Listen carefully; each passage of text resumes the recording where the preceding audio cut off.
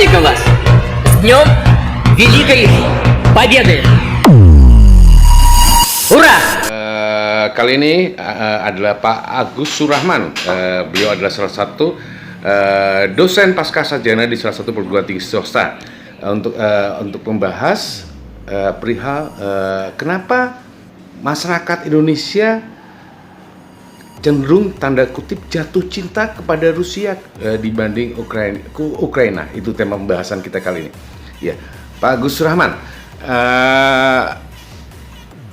Publik Indonesia kebanyakan cenderung berpihak kepada Rusia, termasuk netizen yang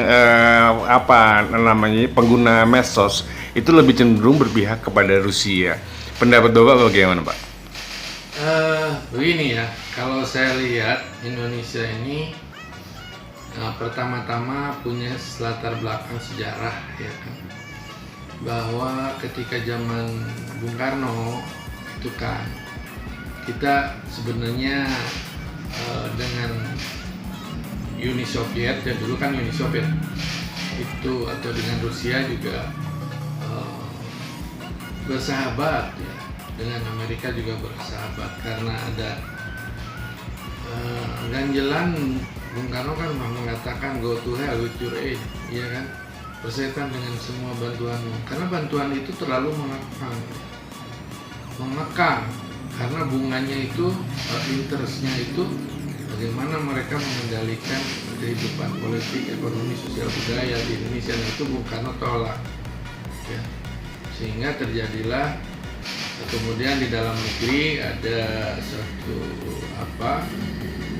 dispute, ada persoalan yang mendorong terjadinya G30 SPKI ya. Kemudian didorong CIA masuk dan Bung Karno itu jatuh. Yang kedua, dunia Barat dengan perangkat Amerika dan Eropa ya, serta PBB juga termasuk. Itu mereka juga demokrasinya demokrasi yang memperlakukan suatu negara tergantung kepentingannya. Ya, tergantung, jadi tidak adil. Misalnya ketika Irak diserang, ada nggak PBB memberi restu? Tidak ada. Dan dikatakan di satu ada chemical weapon. Itu kan semua lain. Yang kedua, contohnya ketika Israel menduduki Palestina, ada reaksi Barat. Tapi ketika Rusia menduduki Ukraina, ribut semua ya. Mereka memboikot secara ekonomi. Apakah boikot ekonomi itu juga legal? Apakah setiap orang boleh, setiap negara boleh misalnya memfreeze akun-akun personal ya dari para pejabat dan oligarki Rusia? Apa itu legal? Apakah itu tidak ilegal? Apakah itu bukan perampokan? Ya, jadi sama-sama, ya, sama-sama kita melakukan suatu perbuatan yang mungkin dianggap tidak benar, ya kan? Rusia menginvasi Ukraina juga mungkin dianggap tidak benar. Tapi apakah boikot ekonomi juga itu sudah berdasarkan hukum yang benar? Itu ya, bisa menjadi satu blunder. Ya, kalau kacamata Bapak, apa sih Pak yang membuat Rusia begitu sangat reaksioner dan kemudian lakukan meletup perang dengan Ukraina? Sebenarnya kan persoalannya yaitu bahwa Rusia itu merasa terancam keamanannya, karena bagaimanapun bahwa Ukraina itu adalah bagian dari kehidupan Rusia, karena seperti duta besar dari Rusia yang ada di Indonesia itu juga lahirnya di Ukraina, dan banyak Ukraina itu yang juga berbahasa Rusia. Kemudian dia ingin menjadi bagian dari NATO. NATO itu kan aliansi militer, ya. artinya melakukan tekanan, mungkin ingin melakukan tekanan kepada Rusia secara militer. Kalau mungkin jadi bagian dari Eropa aja mungkin tidak masalah, tapi ketika dia ingin menjadi NATO, buat Amerika adalah masalah, karena kemungkinan dia diprovokasi oleh Amerika untuk melakukan hal-hal yang keamanan daripada Rusia terancam. Untuk itu maka dia melakukan serangan yang disebut operasi khusus militer ya ke Ukraina. Iya, bisa diperjelas lagi Pak, mungkin saat ini tidak hanya publik Indonesia tapi juga publik Islam yang sudah kekinian terlihat makin jatuh cinta dukungannya kepada itu Rusia. Karena ada pertemuan koeksidental yang mungkin ketidaksengajaan ketika umat Muslim ya di seluruh dunia sedang tersakiti ya, mereka dianggap teroris oleh dunia Barat ya, bahkan dengan COVID-19 juga dikondisikan supaya umat Muslim tidak bisa beribadah di Mekah dan Ka'bah. Nah, kemudian ada orang yang melawan, ya. Ada orang yang berani terhadap Amerika dan dunia Barat. Ya.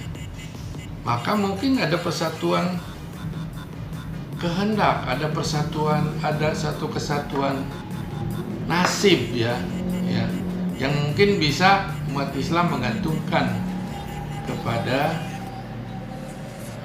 Rusia, karena memang Rusia sering juga membantu umat-umat Muslim seperti di Syria, ya kan? Itu mereka bantu, ya.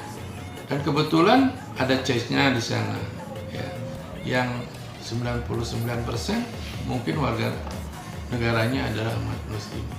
Ada sepenanggungan nasib lah, ya. Islam sedang menderita saat ini, diobrak-abrik dari setiap sudut, ya kan, malah dianggap teroris.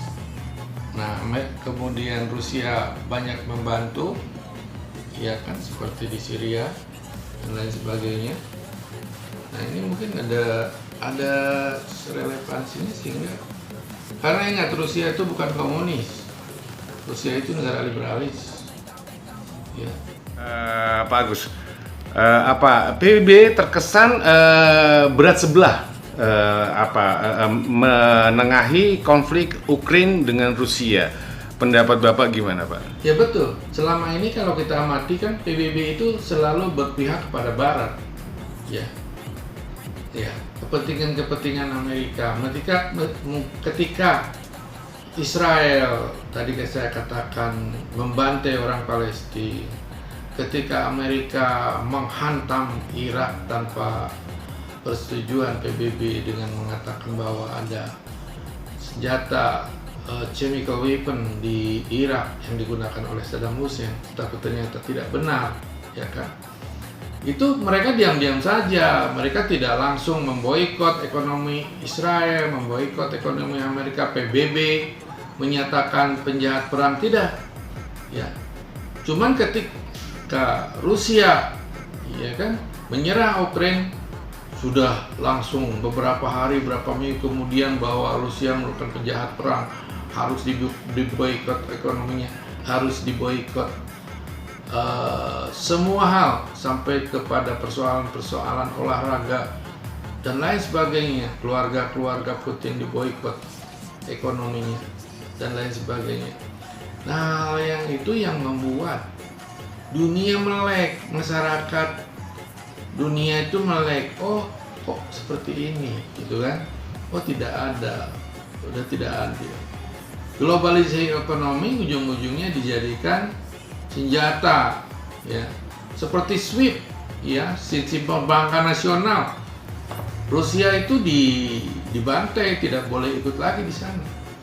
Tetapi jangan salah bahwa Rusia itu bukan negara kecil, bukan negara seperti Syria, Iran, ya kan, Afghanistan, mereka adalah negara besar yang punya kekuatan ekonomi dan persenjataannya hampir sama dengan Amerika, ya. Bahkan mungkin ada beberapa keunggulan dari Amerika. Nah, ini persoalannya. Jadi kalau menurut saya kemungkinan ini karena keterlibatan Eropa dan Amerika ini sudah juga sangat jauh mengirimkan senjata, ya, walaupun sebenarnya bukan bantuan tapi itu pinjaman, karena mereka berdasarkan payung hukum The Land Lease Act, ya, The Land Lease Act 2022, ya, yang dulu memang pada zaman Perang Dunia Kedua itu ada juga undang-undang lahir seperti itu. Sekarang dibuat lagi undang-undang yang seperti tahun-tahun ketika Perang Dunia Kedua terjadi.